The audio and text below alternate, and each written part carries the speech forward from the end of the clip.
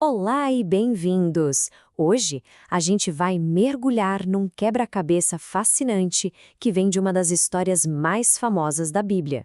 É uma daquelas histórias que nos faz parar e pensar: será que nós somos mesmo livres? Ou será que as nossas escolhas já foram de alguma forma traçadas por um poder muito maior? A pergunta central é essa aqui. E ela parece simples, né? Mas olha, as implicações são gigantescas. Na história do Êxodo, quem foi que endureceu o coração do faraó? Foi o próprio faraó, num ato de puro orgulho e teimosia? Ou será que foi Deus, ali puxando as cordas para que um plano divino maior acontecesse? A resposta para isso muda completamente o jeito como a gente enxerga o livre-arbítrio e o destino. Então, vamos lá, vamos montar o cenário. Estamos no Egito. Moisés, falando em nome de Deus, chega e manda real: deixa o meu povo ir. O faraó, claro, bate o pé e diz não. O resultado? Uma série de pragas terríveis que devastam a terra.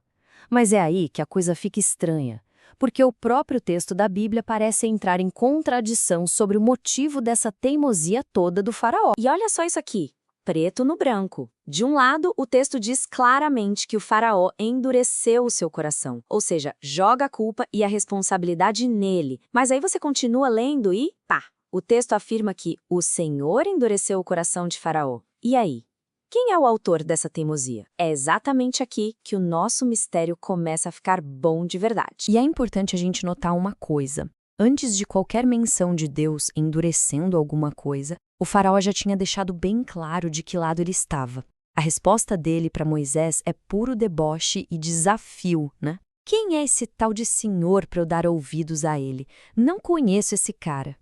A escolha inicial, a primeira faísca da rebeldia, partiu totalmente dele. Esse é o ponto zero de toda a história. Então, essa história do faraó é muito mais do que só um enigma bíblico. Na verdade, ela é um portal, sabe? Ela nos joga direto no meio de uma das maiores e mais antigas discussões da filosofia e da teologia. Aquela tensão clássica entre a nossa escolha e o nosso destino. E essa é uma briga que vai muito, muito além do Egito antigo. De um lado do ringue, a gente tem o livre-arbítrio. É basicamente a ideia de que você está no volante da sua própria vida. Você escolhe o caminho. Você decide virar à direita ou à esquerda. Suas escolhas, sejam elas boas ou ruins, é que vão construindo e moldando quem você é. E do outro lado do ringue está a predestinação. Aqui, a história é bem diferente. É como se a gente já entrasse no carro com o GPS travado num destino final, sem poder mudar a rota. A ideia é que Deus, na sua soberania, já escreveu o roteiro completo da vida de todo mundo, inclusive definindo quem será salvo e quem não será.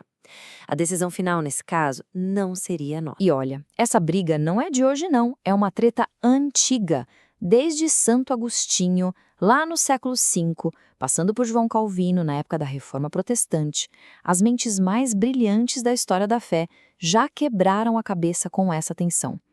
E, sinceramente, a gente continua quebrando a cabeça com isso até hoje. Tá, mas e aí, como é que a gente sai desse impasse? Será que tem um jeito de fazer as pazes entre essas duas ideias que parecem opostas?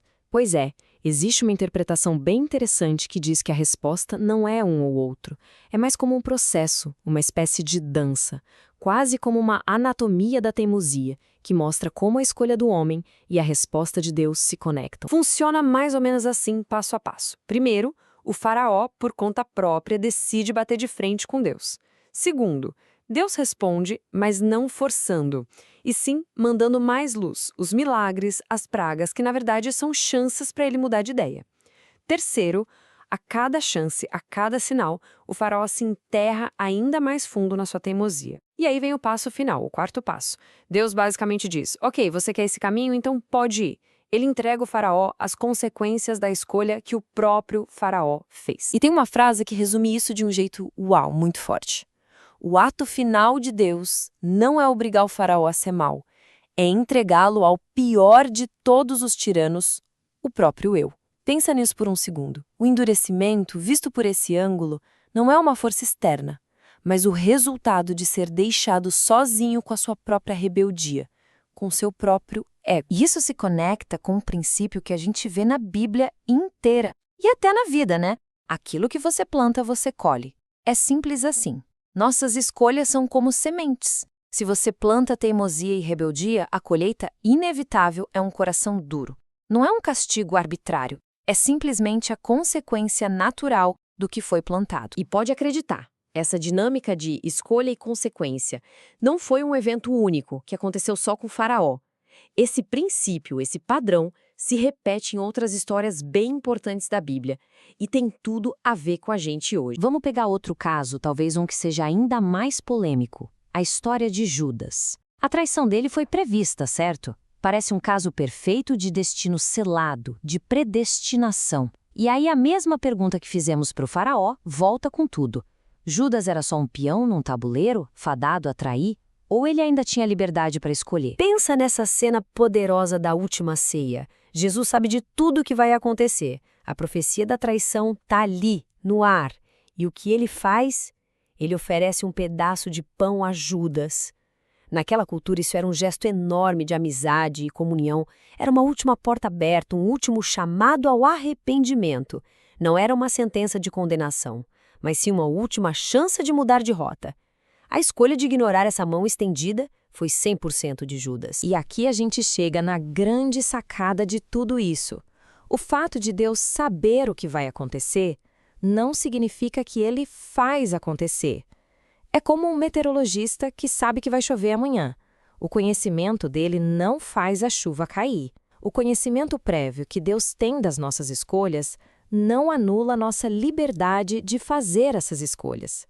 A responsabilidade, no fim das contas, continua sendo nossa. Ok, então, na prática, o que a gente tira disso tudo para a nossa vida hoje? A gente pode resumir em 2 lições fundamentais. Pense nelas como os 2 lados da mesma moeda, mostrando o poder que as nossas escolhas diárias têm para nos moldar. Primeiro, toda vez que a gente ignora aquele impulso para fazer a coisa certa, toda vez que a gente diz não para nossa consciência, nosso coração fica um pouquinho mais duro e fica mais fácil dizer não da próxima vez. E o segundo ponto é o exato oposto. Cada vez que a gente diz sim para o bem, é como se a gente estivesse malhando um músculo. Ele fica mais forte e fazer a escolha certa na próxima vez se torna mais fácil. Nossas pequenas decisões, no fundo, não são nada pequenas. Elas estão nos esculpindo o tempo todo. E isso tudo nos traz de volta a grande pergunta, para a gente ficar pensando. Se Deus já sabe o final do filme, a gente é realmente livre para escolher o nosso papel nele? Essa tensão entre a soberania de Deus e a liberdade do ser humano, bom, esse talvez seja um dos maiores e mais fascinantes mistérios que existem. Fica aí a reflexão. Obrigado por nos acompanhar.